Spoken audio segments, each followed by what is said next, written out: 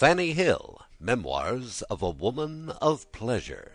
by John Cleland.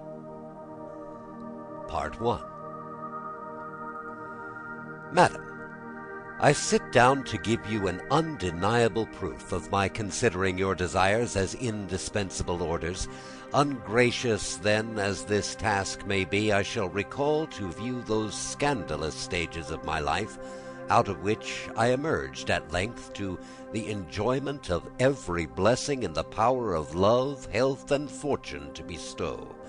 whilst yet in the flower of youth, and not too late to employ the leisure afforded me in the great ease and affluence to cultivate an understanding, naturally not a despicable one, and which had, even amidst the whirl of loose pleasures I had been tossed in, exerted more observation on the characters and manners of the world than what is common to those of my unhappy profession, who, while looking on all thought or reflection as their capital enemy, keep it at as great a distance as they can, or destroy it without mercy. Hating, as I mortally do, all unnecessary preface, I shall give you good quarter in this, and use no farther apology than to prepare you for seeing the loose part of my life, wrote with the same liberty that I let it. Truth, stark, naked truth is the word, and I will not so much as take the pains to bestow the strip of a gauze wrapper on it, but paint situations such as they actually rose to me in nature, careless of violating those laws of decency that were never made for such unreserved intimacies as ours. And you have too much sense, too much knowledge of the originals themselves, to sniff prudishly in and out of character at the pictures of them. The grandest men, those of the first and most leading taste, will not scruple adorning their private closets with nudities, though in compliance with vulgar prejudices they may not think them decent decorations of the staircase or salon. This and enough premised, I go souse into my personal history. My maiden name was Frances Hill. I was born at a small village near Liverpool in Lancashire, of parents extremely poor, and, I piously believe, extremely honest. My father, who had received maim on his limbs that disabled him from following the more laborious branches of country drudgery,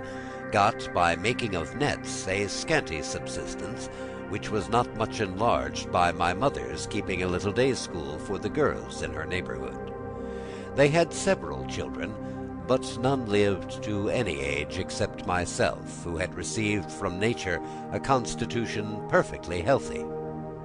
My education, till past 14, was no better than very vulgar. Reading, or rather spelling, an illegible scrawl, and a little ordinary plain work composed the whole system of it.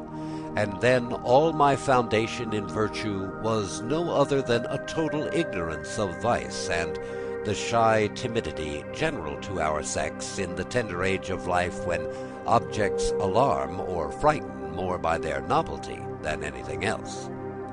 But then this is a fear too often cured at the expense of innocence, when miss by degrees begins no longer to look on a man as a creature of prey that will eat her. My poor mother had divided her time so entirely between her scholars and her little domestic cares, that she spared very little of it to my instruction, having from her own innocence from all ill no hint or thought of guarding me against any. I was now entering on my 15th year, when the worst of ills befell me in the loss of my tender, fond parents, who were both carried off by the smallpox within a few days of each other, my father dying first, and thereby hastening the death of my mother, so that I was now left an unhappy, friendless orphan, for my father's coming to settle there was accidental, he being originally a Kentishman. That cruel distemper which had proved so fatal to them had indeed seized me, but with such mild and favourable symptoms that I was presently out of danger, and what I then did not know the value of was entirely unmarked. I skip over here an account of the natural grief and affliction which I felt on this melancholy occasion. A little time, and the giddiness of that age dissipated too soon my reflections on that irreparable loss. But nothing contributed more to reconcile me to it than the notions that were immediately put into my head of going to London, and looking out for a service, in which I was promised all assistance and advice from one Esther Davis, a young woman that had been down to see her friends, and who, after the stay of only a few days, was to return to her place. As I had now nobody left alive in the village who had concern enough about what should become of me to start any objections to this scheme, and the woman who took care of me after my parents' death rather encouraged me to pursue it, I soon came to a resolution of making this launch into the wide world by repairing to London in order to seek my fortune, a phrase which, by the by, has ruined more adventurers of both sexes from the country than ever it had made or advanced. Nor did Esther Davis a little comfort and inspirit me to venture with her, by piquing my childish curiosity with the fine sights that were to be seen in London, the tombs, the lions, the king, the royal family, the fine plays and operas, and, in short, all the diversions which fell within her sphere of life, to come at, the detail of all which perfectly turned the little head of me. Nor can I remember without laughing the innocent admiration,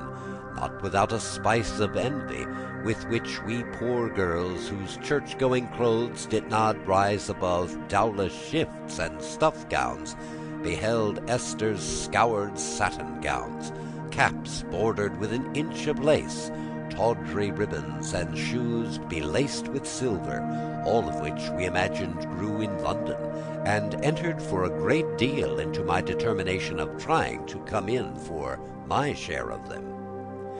The idea, however, of having the company of a townswoman with her was the trivial, and all the motives that engaged Esther to take charge of me during my journey into town,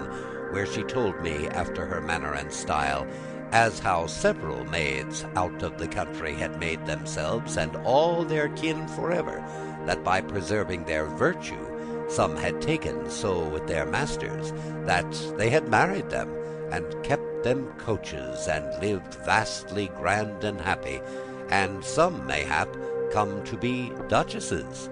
Luck was all, and why not I as well as another? With other almanacs to this purpose, which set me tiptoe to begin this promising journey, and to leave a place which, though my native one contained no relations that I had reason to regret, and was grown insupportable to me from the change of the tenderest usage into the cold air of charity with which I was entertained even at the only friend's house that I had the least expectation of care and protection from.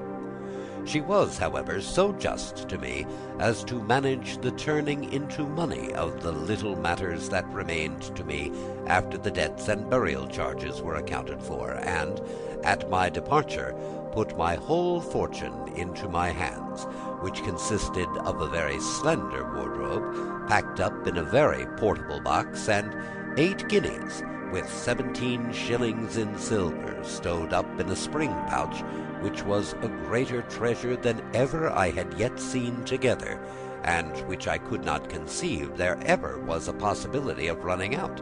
And, indeed, I was so entirely taken up with the joy of seeing myself mistress of such an immense sum, that I gave very little attention to a world of good advice which was given me with it. Places, then, having been taken for Esther and me on the London wagon, I pass over a very immaterial scene of leave-taking, at which I dropped a few tears between grief and joy, and, for the same reasons of insignificance, skip over all that happened to me on the road, such as the wagoners looking liquorish on me, and the schemes laid for me by some of the passengers, which were defeated by the vigilance of my guardian Esther, who, to her justice, took a motherly care of me,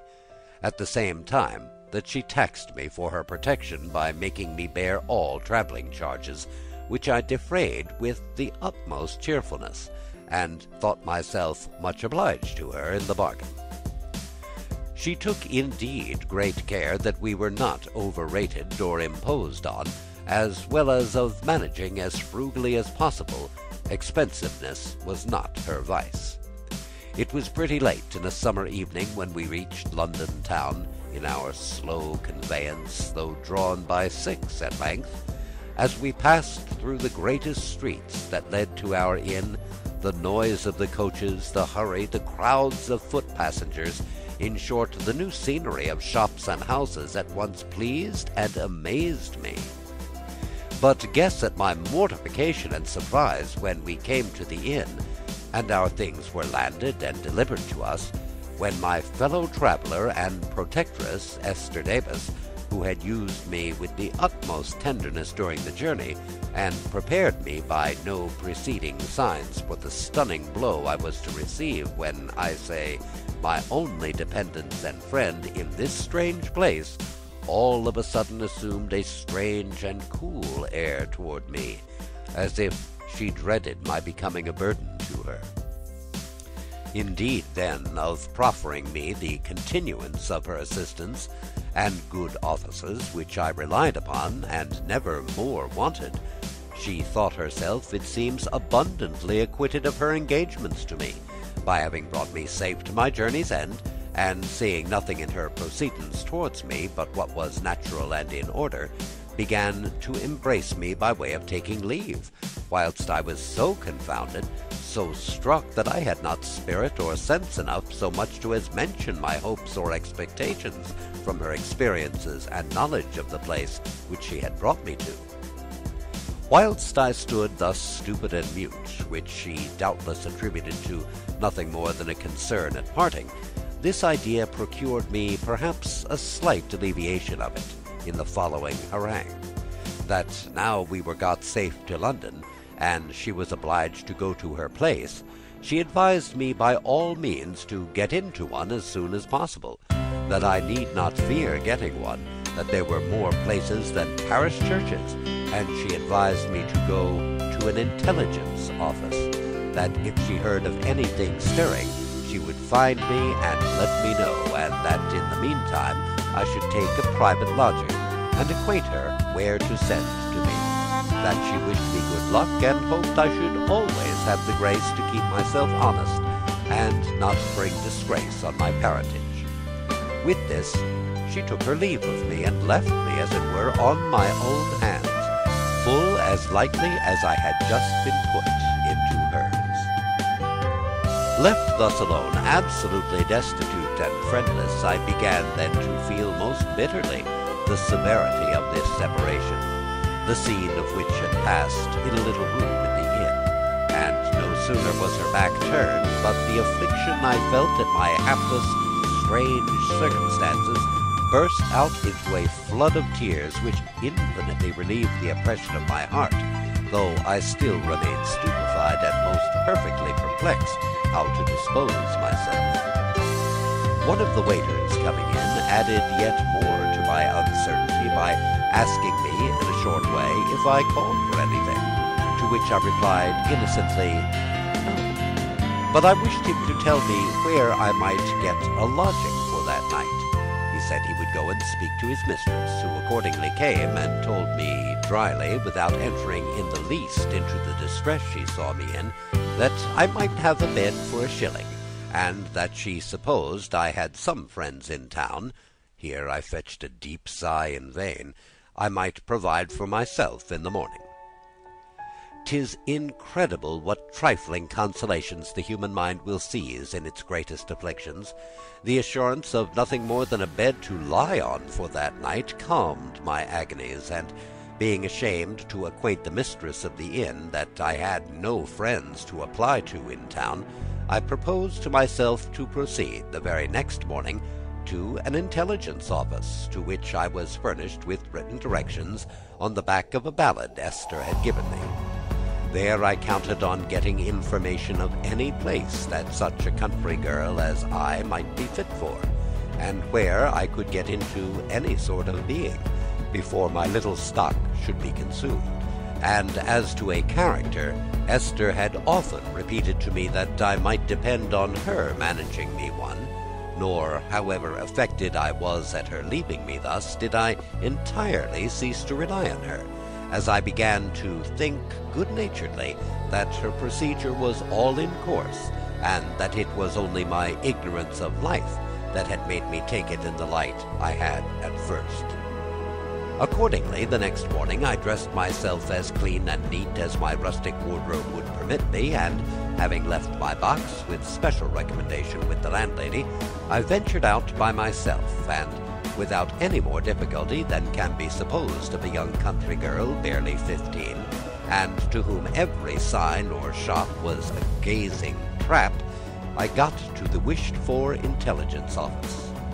It was kept by an elderly woman who sat at the receipt of custom, with a book before her in great form and order, and several scrolls ready made out of directions or places.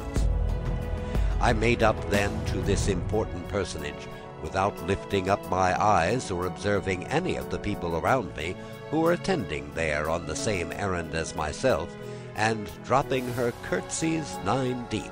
just made a shift to stammer out my business to her.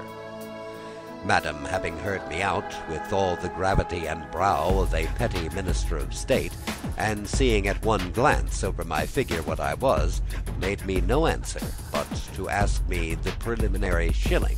on receipt of which she told me places for women were exceedingly scarce, especially as I seemed too slight built for hard work, but she would look over her book and see what was to be done for me, desiring me to stay a little till she had dispatched some other customers. On this I drew back a little, most heartily mortified at a declaration which carried with it a killing uncertainty that my circumstances could not well endure. Presently, assuming more courage, and seeking some diversion from my uneasy thoughts, I ventured to lift up my head a little, and sent my eyes on a course round the room, wherein they met full tilt with those of a lady, for such my extreme innocence pronounced her, sitting in a corner of the room, dressed in a velvet mantle, nota bene in the midst of summer, with her bonnet off, squab-fat, red-faced, and at least 50.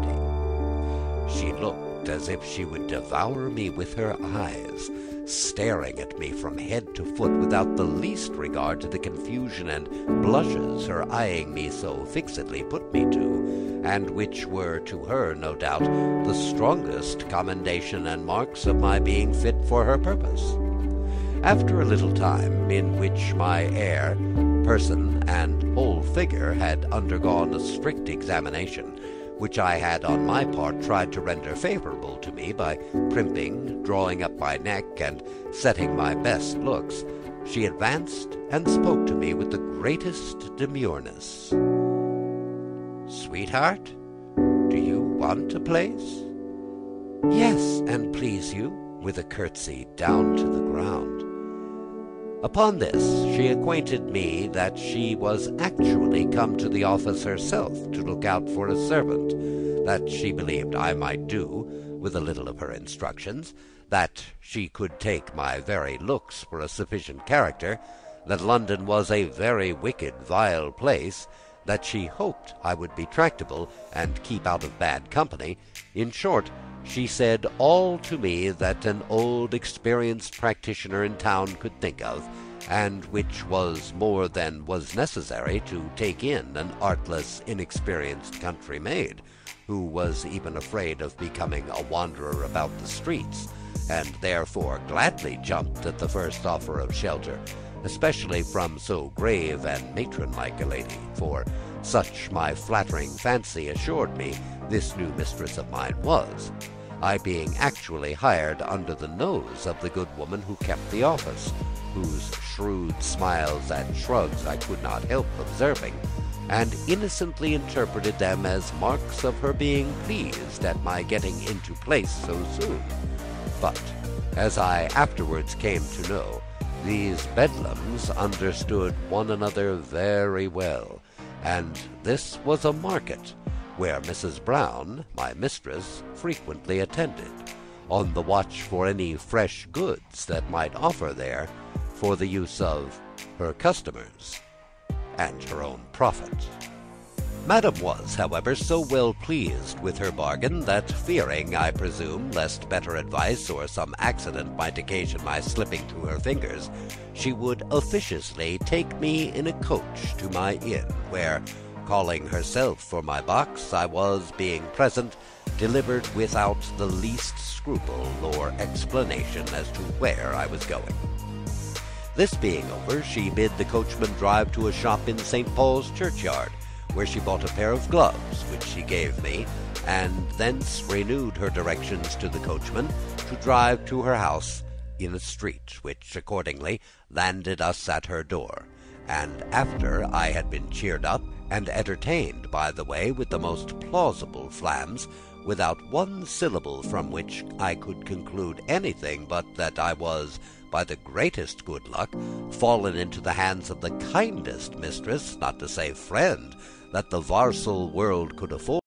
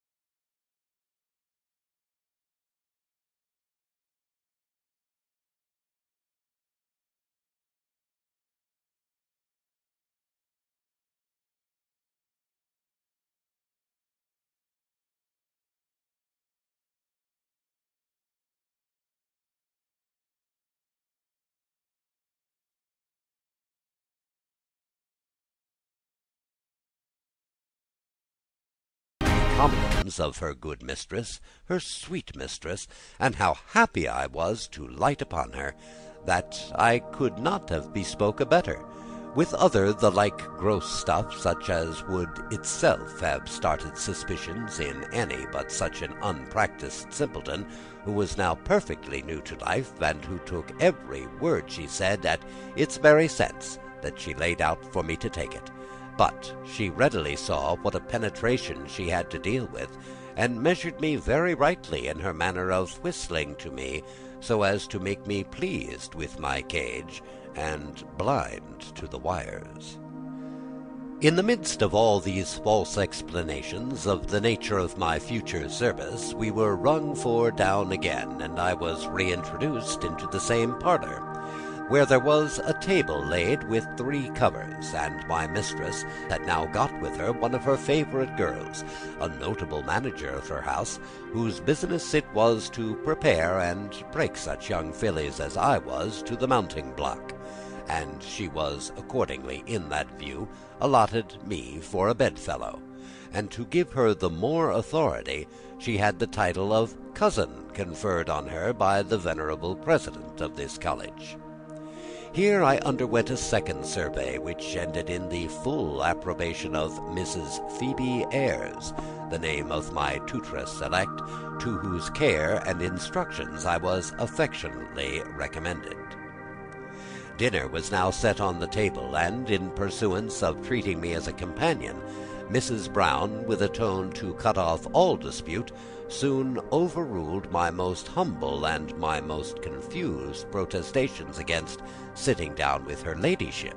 which, in my very short breeding, just suggested to me could not be right, or in the order of things.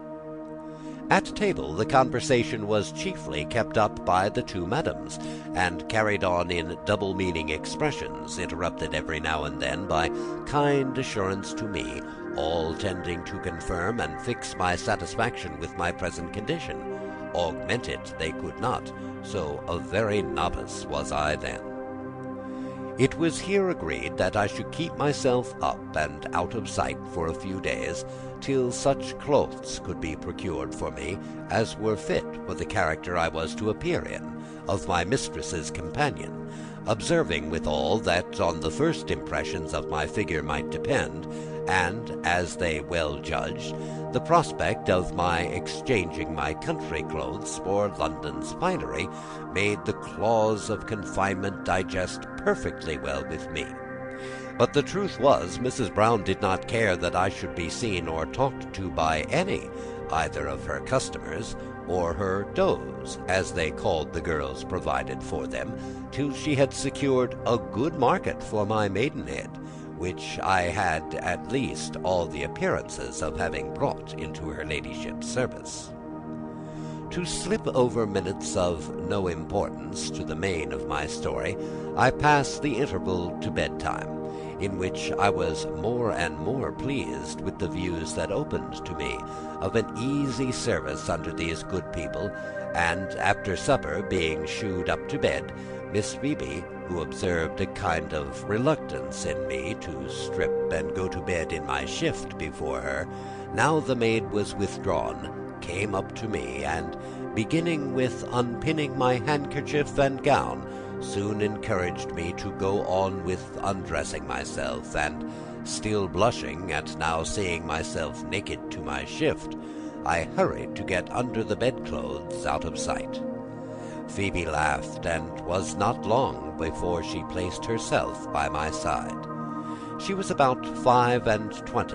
by her most suspicious account, in which, according to all appearances, she must have sunk at least 10 good years, allowance too being made for the havoc which a long course of hackneyship and hot waters must have made of her constitution, and which had already brought her upon the spur, that stale stage in which those of her profession are reduced to think of showing company instead of seeing it.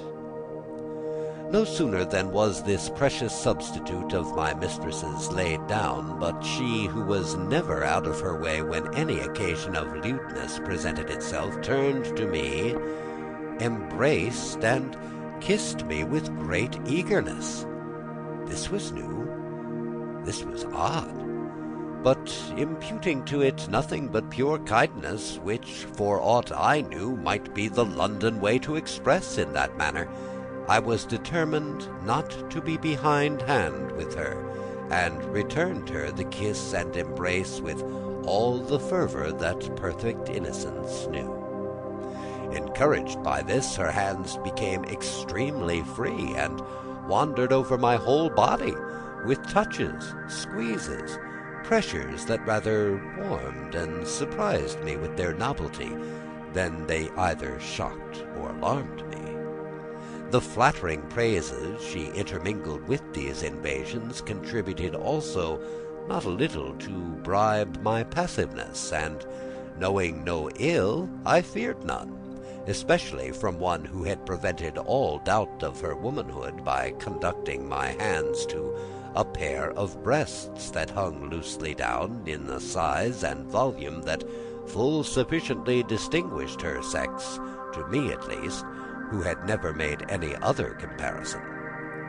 I lay then all tame and passive as she could wish, whilst her freedom raised no other emotions but those of a strange and till then unfelt pleasure. Every part of me was open and exposed to the licentious courses of her hands, which, like a lambent fire, ran over my whole body and thawed all coldness as they went. My breasts, if it is not too bold a figure to call so, two hard, firm, rising hillocks, that had just begun to show themselves, or signify anything to the touch, employed and amused her hands awhile, till, slipping down lower over a smooth track, she could just feel the soft, silky down that had but a few months before put forth and garnished the Mount Pleasant of those parts, and promised to spread a grateful shelter over the seat of the most exquisite sensation, and which had been, till that instant, the seat of the most insensible innocence. Her fingers played and strove to twine in the young tendrils of that moss, which nature has contrived at once for use and ornament. But, not contented with these outer posts, she now attempts the main spot, and began to twitch, to insinuate, and at length to force an introduction of the finger into the quick itself, in such a manner that, had she not proceeded by insensible gradations that inflamed me beyond the power of modesty to oppose its resistance to their progress, I should have jumped out of my bed and cried for help against such strange assaults.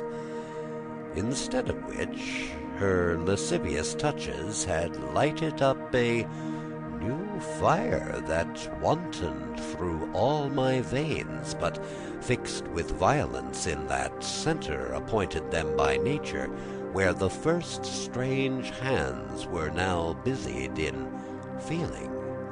squeezing, compressing the lips, then opening them again with a finger in between, till an "ooh" expressed her, hurting me, where the narrowness of the unbroken passage refused it entrance to any depth.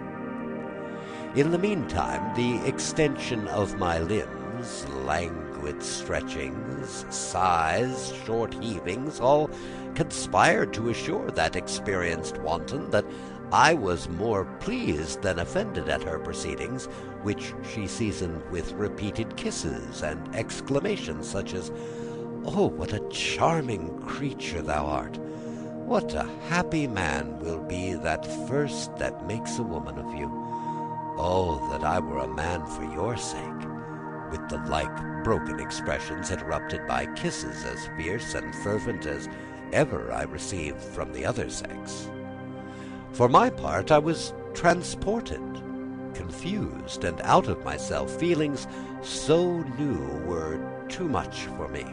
My heated and alarmed senses were in a tumult that robbed me of all liberty of thought. Tears of pleasure gushed from my eyes, and somewhat assuaged the fire that raged all over me. Phoebe herself, the hackneyed, thoroughbred Phoebe, to whom all modes and devices of pleasure were known and familiar, found, it seems, in this exercise of her art to break young girls, the gratification of one of those arbitrary tastes for which there is no accounting. Not that she hated men, or did not even prefer them to her own sex, but when she met with such occasions as this was, a satiety of enjoyments in the common road, perhaps to a secret bias, inclined her to make the most of pleasure wherever she could find it, without distinction of sexes. In this view, now well assured that she had by her touches sufficiently inflamed me for her purpose, she rolled down the bedclothes gently, and I saw myself stretched, naked,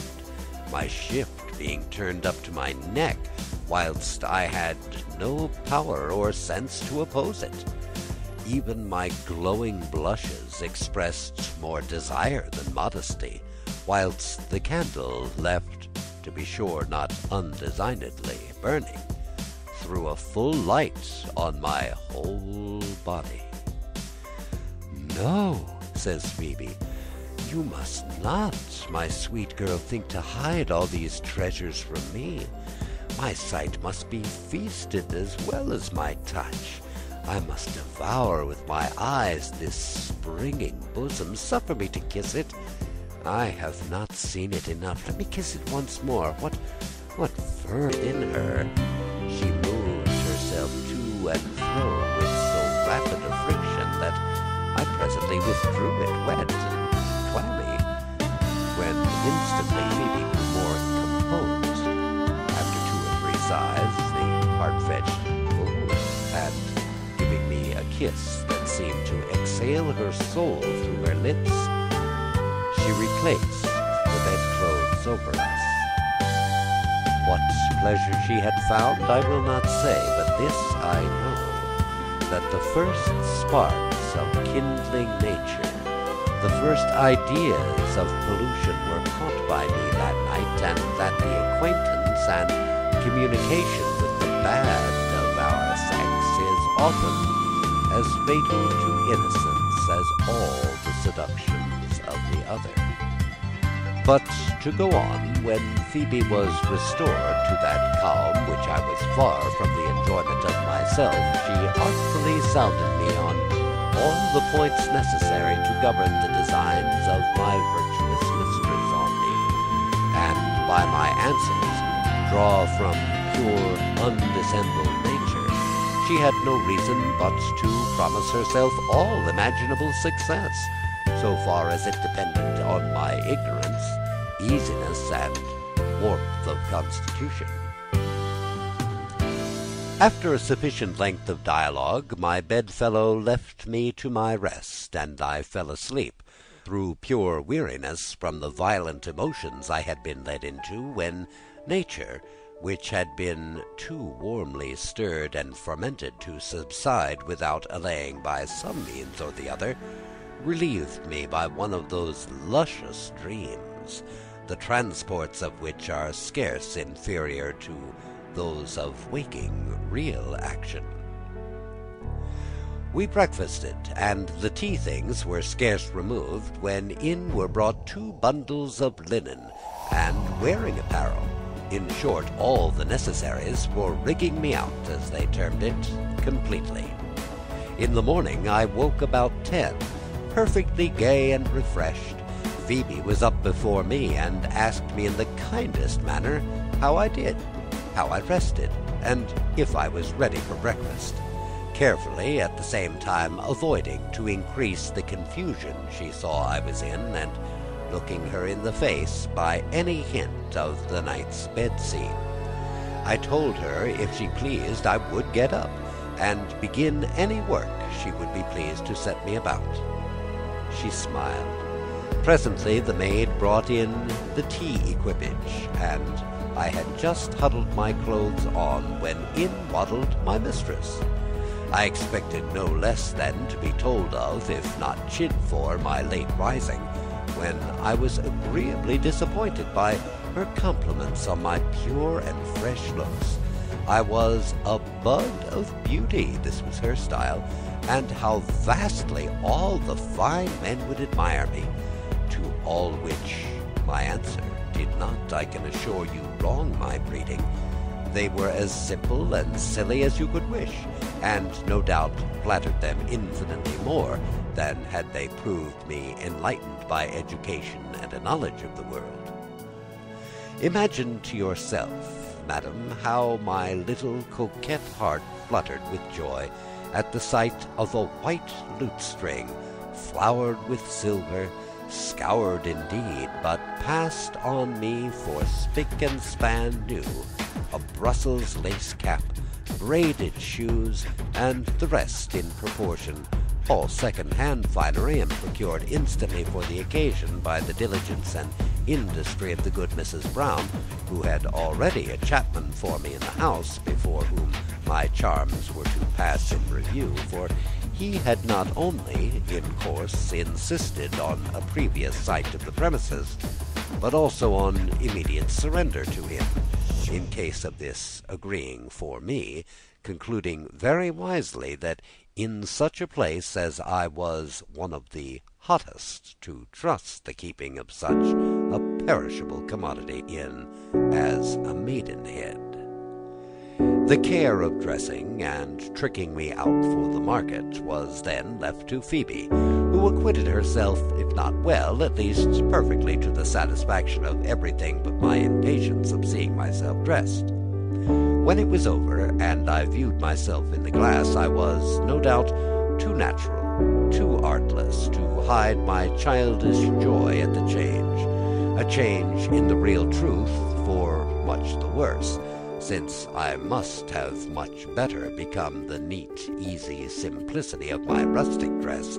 than the awkward, untoward, tawdry finery that I could not conceal my strangeness to. Phoebe's compliments, however, in which her own share in dressing me was not forgot, did not a little confirm in me the first notions I had ever entertained concerning my person, which, be it said without vanity, was then tolerable to justify a taste for me, and of which it may not be out of place here to sketch you an unflattered picture. I was tall, yet not too tall for my age, which, as I before remarked, was barely turned of 15. My shape perfectly straight, thin-waisted, and light and free, without owing anything to stays. My hair was a glossy auburn, and soft as silk, flowing down my neck in natural buckles, and did not a little set off the whiteness of my smooth skin. My face was rather too ruddy, though its features were delicate, and the shape a roundish oval, except where a pit on my chin had a far from disagreeable effect. My eyes were as black as can be imagined, and rather languishing than sparkling, except on certain occasions when I have been told they struck fire fast enough. My teeth, which I ever carefully preserved, were small, even, and white. My bosom was finely raised, and one might then discern rather the promise than the actual growth of the round, firm breasts that in a little time made that promise good. In short, all the points of beauty that were most universally in request I had, or at least my vanity forbade me to appeal from the decision of our sovereign judges the men, who all that I ever knew at least gave it thus highly in my favour, and I met with, even in my own sex, some that were above denying me that justice, while others praised me yet more unsuspectedly, by endeavouring to detract from me in points of person and figure that I obviously excelled in. This is, I own, too strong of self-praise, but should I not be ungrateful to nature, and to form to which I owe such singular blessings of pleasure and fortune, were I to suppress through affectation and modesty the mention of such valuable gifts? Well then, dressed I was, and little did then enter into my head that all this gay attire was no more than decking the victim out for sacrifice, whilst I innocently attributed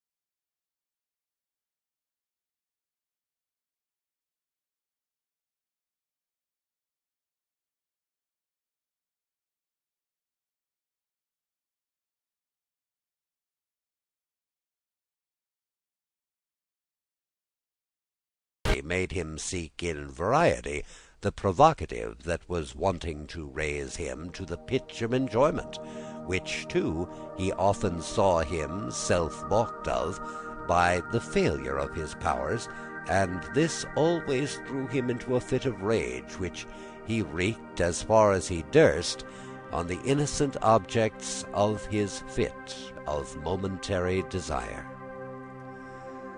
This, then, was the monster to whom my conscientious benefactress, who had long been his purveyor in this way, had doomed me, and sent for me down proposedly for his examination.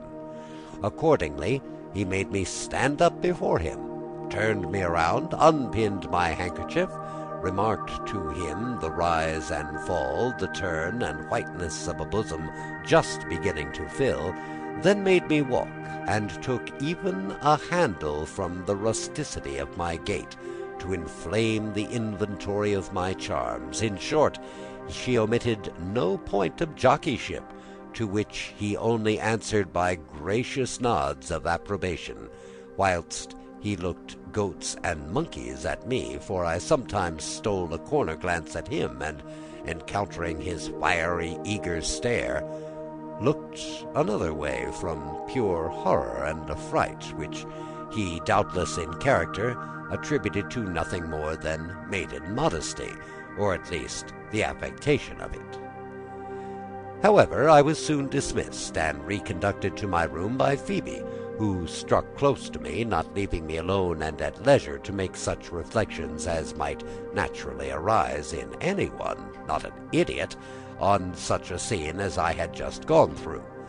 But, to my shame be it confessed, such was my invincible stupidity, or rather portentous innocence,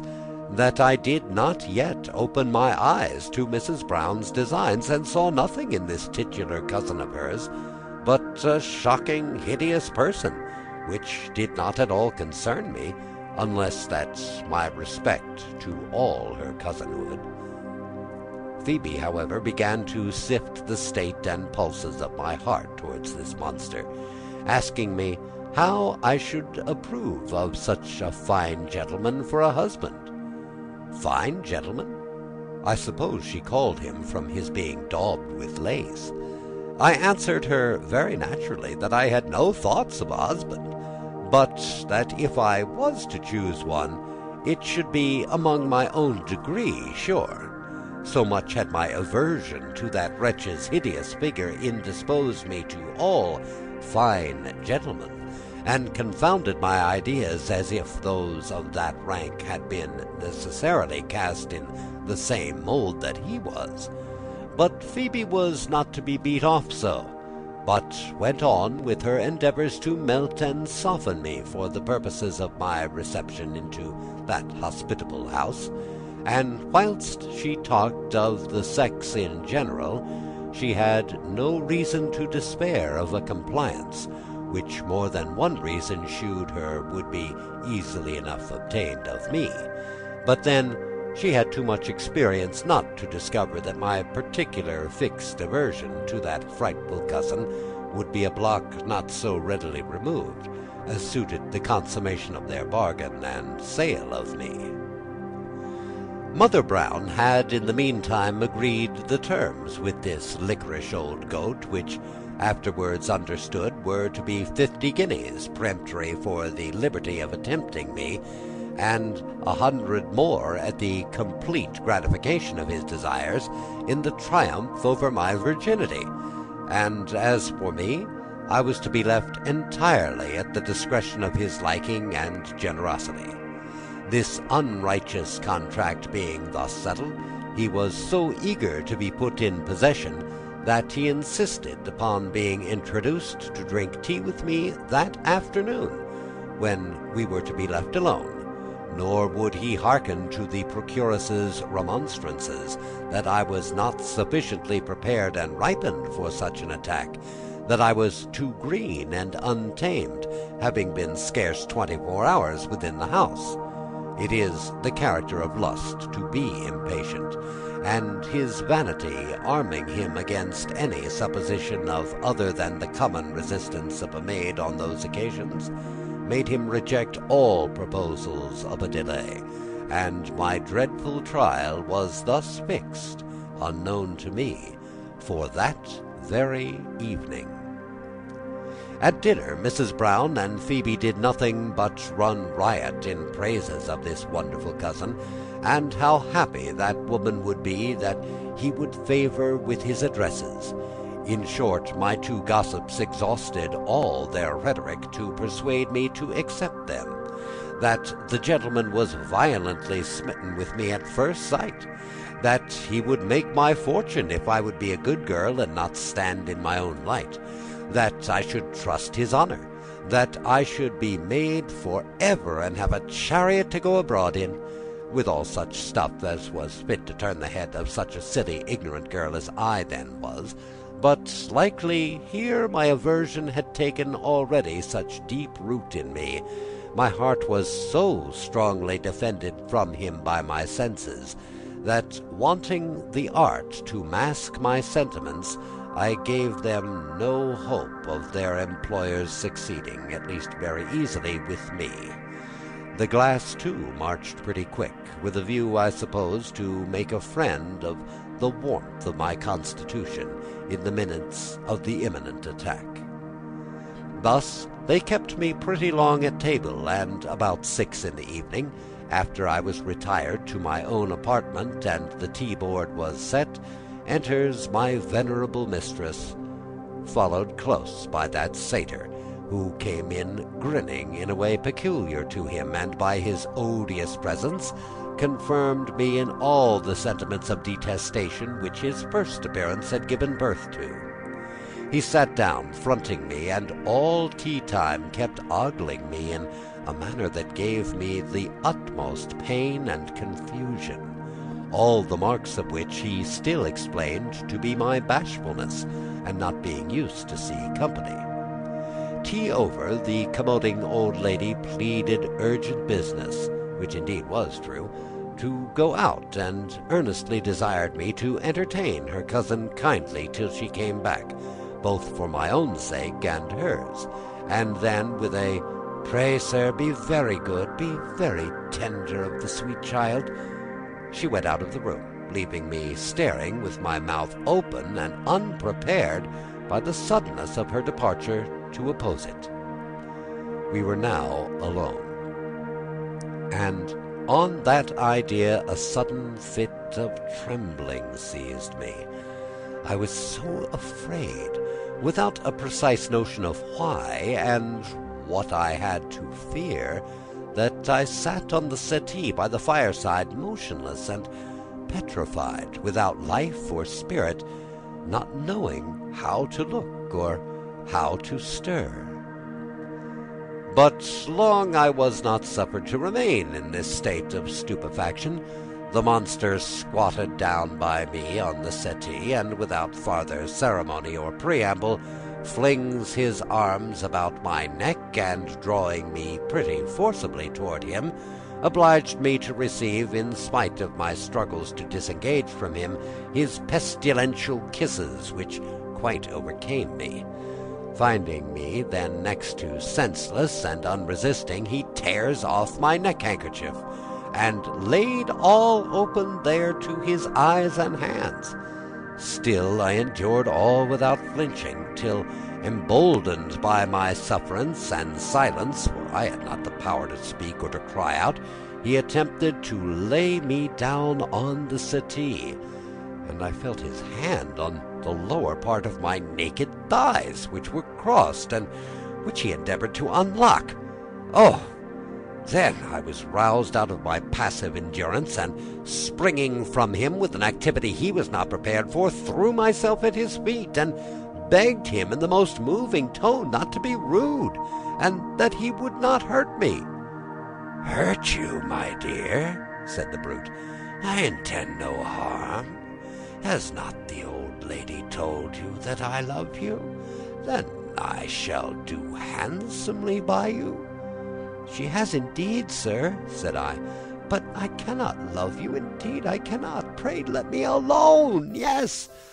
I will love you dearly if you will let me alone and go away."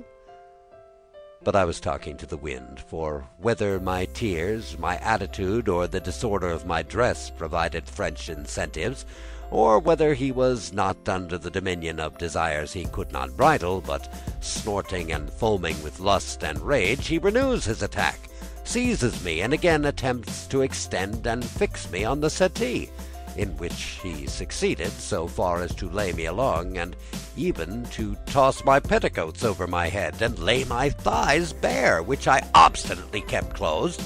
nor could he, though he attempted with his knee to force them open, effect it, so far as to stand fair for being master of the main avenue. He was unbuttoned, both waistcoat and breeches, yet I only felt the weight of his body upon me, whilst I lay struggling with indignation and dying with terror. But he stopped all of a sudden, and got off, panting, blowing, cursing, and repeating "old and ugly," for so I had very naturally called him in the heat of my defence. The brute had, it seems, as I afterwards understood, brought on by his eagerness and struggle the ultimate period of his hot fit of lust,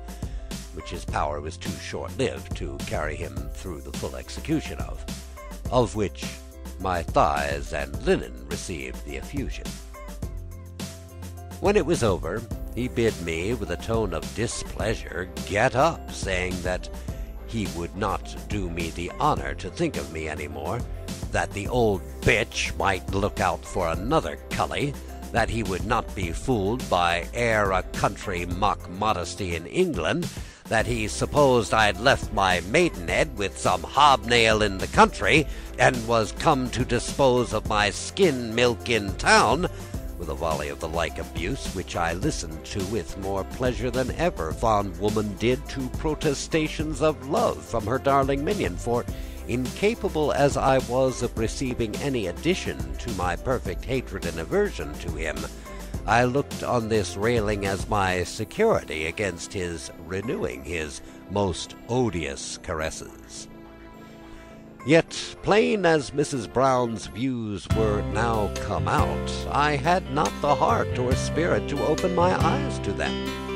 Still I could not part with my dependence on that bedlam, so much did I think myself hers soul and body, or rather I sought to deceive myself with the continuation of my good opinion of her, and chose to wait the worst at her hands sooner than be turned out to starve in the streets without a penny of money or a friend to apply to. These fears were my folly. Whilst this confusion of ideas was passing in my head, I sat pensive by the fire, with my eyes brimming with tears, my neck still bare, and my cap fallen off in the struggle, so that my hair was in the disorder you may guess. The villain's lust began, I suppose, to be again in flow, at the sight of all that bloom of youth which presented itself to his view, a bloom yet unenjoyed,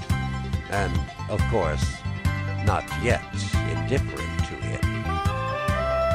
After some pause, he asked me in a tone of voice mightily softened, whether I would make it up with him before the old lady returned,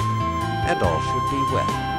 He would restore me his affections, at the same time offering to kiss me and heal my breasts. But now my extreme aversion, my fears, my indignation, all acting upon me, gave me a spirit not natural to me, so that, breaking loose from him, I ran to the bell and rang it before he was aware, with such violence and effect that it brought up the maid to know what was the matter, or whether the gentleman wanted anything. And before he could proceed to other extremities, she bounced into the room, and seeing me stretched on the floor, my hair all dishevelled, my nose gushing out blood, which did not a little tragedize the scene, and my odious persecutor still intent of pushing his brutal point, unmoved by all my cries and distresses, she was herself confounded, and did not know what to say. As much, however, as Martha might be prepared and hardened to transactions of this sort, all womanhood must have been out of her heart could she have seen this unmoved. Besides that, on the face of things, she imagined that matters had gone greater lengths than they really had, and that the courtesy of the house had been actually consummated on me, and flung me into this condition that I was in the notion she instantly took part and advised the gentleman to go down and leave me to recover myself, and that all would be soon over with me, and when Mrs. Brown and Phoebe, who were gone out, would return, they would take order for everything to his satisfaction, and that nothing would be lost by a little patience with the poor tender thing, and that for her part she was frightened. She could not tell what to say to such doings, but that she would stay by me till my mistress came home. As the wench said all this in a resolute tone, and the monster himself began to perceive that things would not mend by his staying, he took his hat and went out of the room, murmuring and pleating his brows like an old ape, so that I was delivered from the horrors of his detestable presence. As soon as he was gone, Martha very tenderly offered me her assistance in anything, and would have got me some hartshorn drops and put me to bed, which at last I first positively refused, in fear that the monster might return and take me at that advantage. However, with much persuasion and assurances that I should not be molested that night, she prevailed on me to lie down, and indeed I was so weakened by my struggles, so dejected by my fearful apprehensions, so terror-struck, that I had not power to sit up, or hardly to give answers to the questions with which the curious Martha plied and perplexed me. Such, too, and so cruel was my fate, that I dreaded the sight of Mrs. Brown, as if I had been the criminal and she the person injured, a mistake which you will not think so strange, on distinguishing that neither virtues nor principle had the least share in the defence I had made, but only the particular aversion I had conceived against the first brutal and frightful invader of my tender innocence. I passed then the time till Mrs. Brown's return home, under all the agitations of fear and despair that may easily be guessed.